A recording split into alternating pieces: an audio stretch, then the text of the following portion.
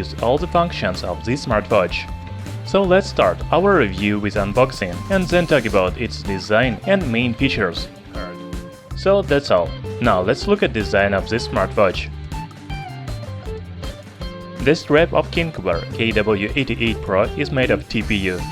The clasp is stainless steel. Here you need to know that the strap is not removable, so you need to choose the best color option for you.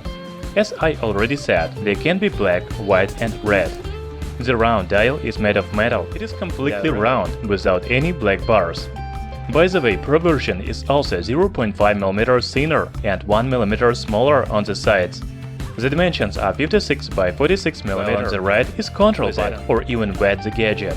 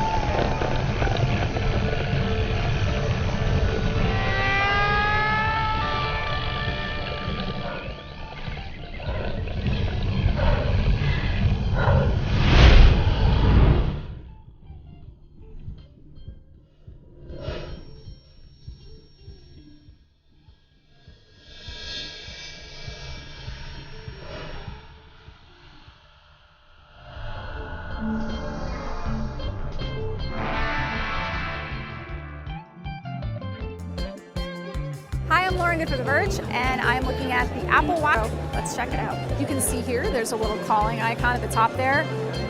Those dots in the middle are an indication of your LTE signal strength. You can swipe up here, you can also see it there.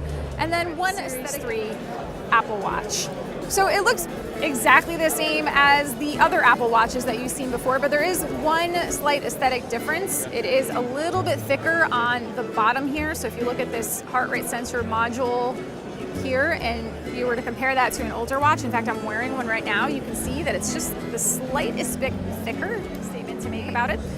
But when I was wearing it on my wrist earlier, so I put this on, it really didn't feel all that different, and honestly it doesn't look thicker. It just kind of looks the same as previous Apple Watches.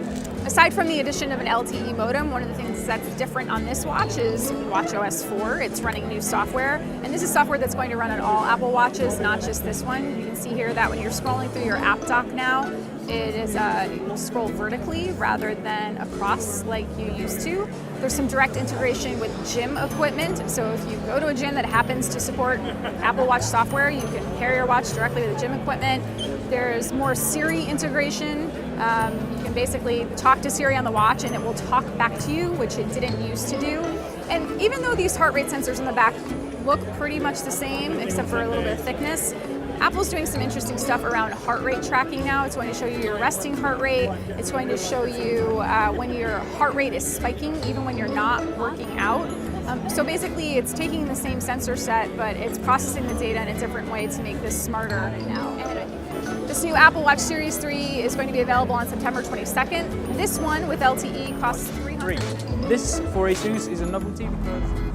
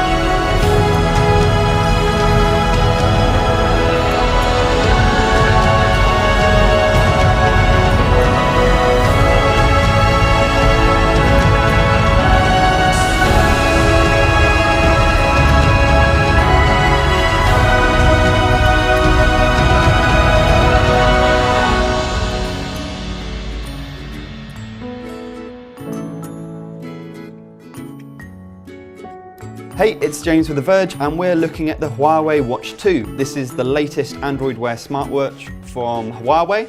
It's running Android Wear 2.0, and it comes with built-in LTE for mobile connectivity and data on the go. You've also got GPS for tracking your location when you're out and about, and you've got a heart rate sensor on the inside. There's also NFC, which supports Android Pay, so you can use it for paying things at the store too. Now, compared to the last Huawei smartwatch we saw, that was the Huawei Watch, which was unveiled back in 2015, it's got a bit of a smaller display, 1.2 inches instead of 1.4 inches. It's also a bit thicker, as you can see there on the side, bit of a chunkier model, and that's presumably to fit in the extra connectivity like the LTE connection. The rest of the watch is pretty standard. You've got two buttons on the side, you've got a microphone and a speaker, and inside you've got a 420 milliamp battery. Now, Huawei says that will get you battery life that will last you around 2 days, and you've also got a low power mode which will last for 24 days, says Huawei, but that will only tell you the time and count your steps. There's interchangeable straps and also IP68 water resistance. Now, as we've seen with other Android watchmakers in the market, Huawei is kind of focusing on fitness and health tracking with this one. So I've only been playing with this thing for a couple of minutes, but my initial impressions are that it's a kind of a cheaper feeling watch than we've previously seen from Huawei. It's made out of plastic rather than metal to allow for the LTE connection. It's also a bit of a chunky design. It's quite masculine, and it doesn't seem like Huawei is bringing out any smaller models that might be better suited for people with smaller wrists. Now, Huawei says the Watch 2 will be available in European markets, including Spain, France, Portugal, Italy and Germany in March. And in April, it'll be coming to the US, the UK and other European countries. The Huawei Watch 2 has the plastic chassis to allow for the LTE connection, but if you do want a metal exterior, you can go for the Huawei Watch 2 Classic. Pricing will begin at €329, which is about $350. So that's it for the Huawei Watch 2. Stay tuned for more news from MWC and find us at youtube.com/The Verge.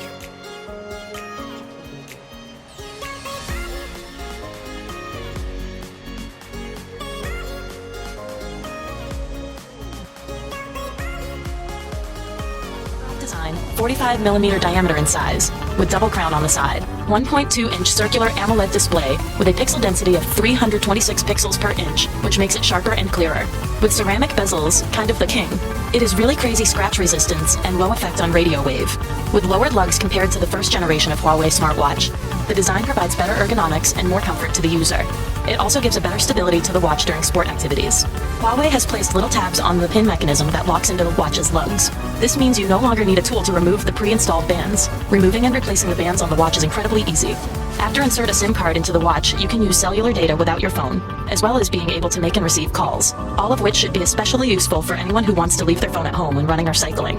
Huawei Watch runs Android Wear 2.0, which includes a standalone Play Store, meaning you are able to browse and download apps right to your smartwatch. This also means you don't need to install all of the apps on your phone, just the watch itself. To achieve truly standalone equipment without connecting a mobile phone, the watch can display your phone's notifications in real time, such as instant messages, SMS messages, calls, email, calendar events, and notifications from social networking apps.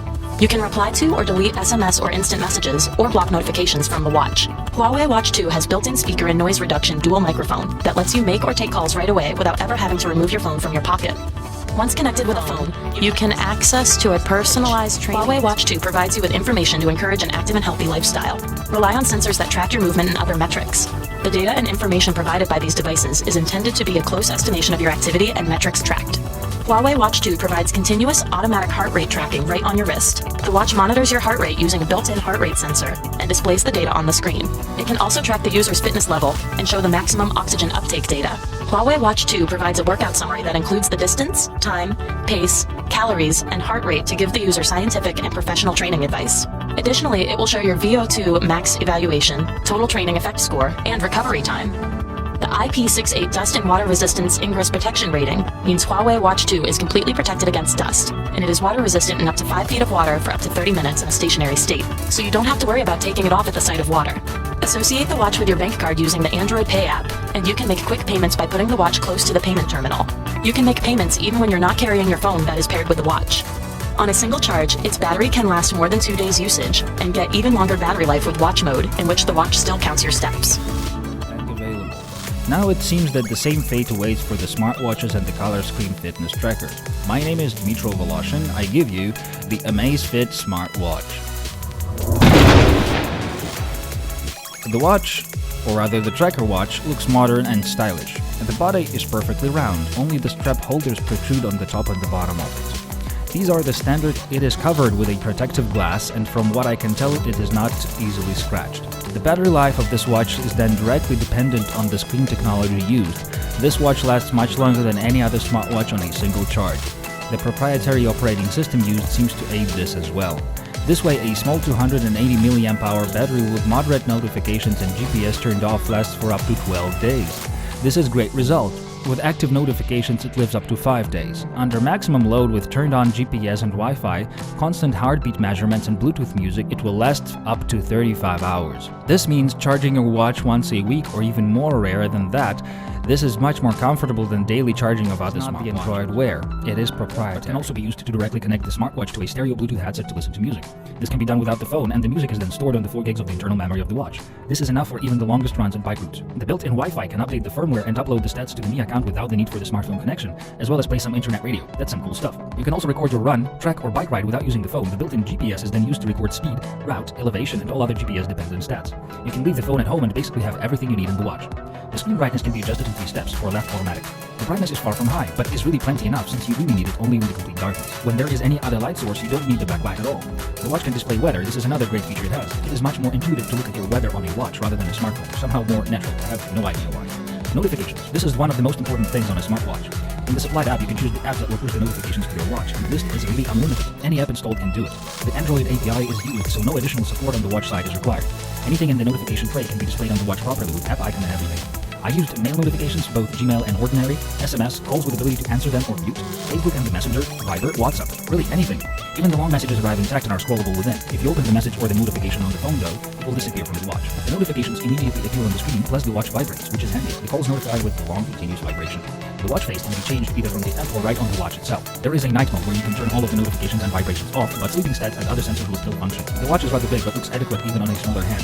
It doesn't look like a technical gadget, but rather looks like the... Hey, what's up guys, Hamza here, and this smartwatch might look a bit familiar from a previous video I did. Yes, it's the new Moto 360, but it's the Sport Edition, the first of its kind from Motorola. And as you can tell from the name, this is geared towards the more athletic among us, and after using it for about 3 weeks now, it definitely does deliver. So this review is going to be on the shorter side because essentially this is the same new Moto 360 2015 with the same internal specs, but it does have some fitness features added, of course, as well as a couple more features. So if you're looking for a more in-depth look at the 2015 Moto 360, I did a review on that a couple months back or so, and in that I talked about the finer details, so that link is at the top right corner of your screen right now in a card, so click there if you want to watch that first. So getting to this review, the first part of the watch I'll talk about is at the front, the display, and it has a 1.37-inch diameter, that's about 35mm, and it's actually the exact same size as the 42mm 2015 Moto 360, which makes the name 42mm slightly misleading, but anyways, I quite like the size. After using the 46mm Moto 360, it's a bit faster from how I remember,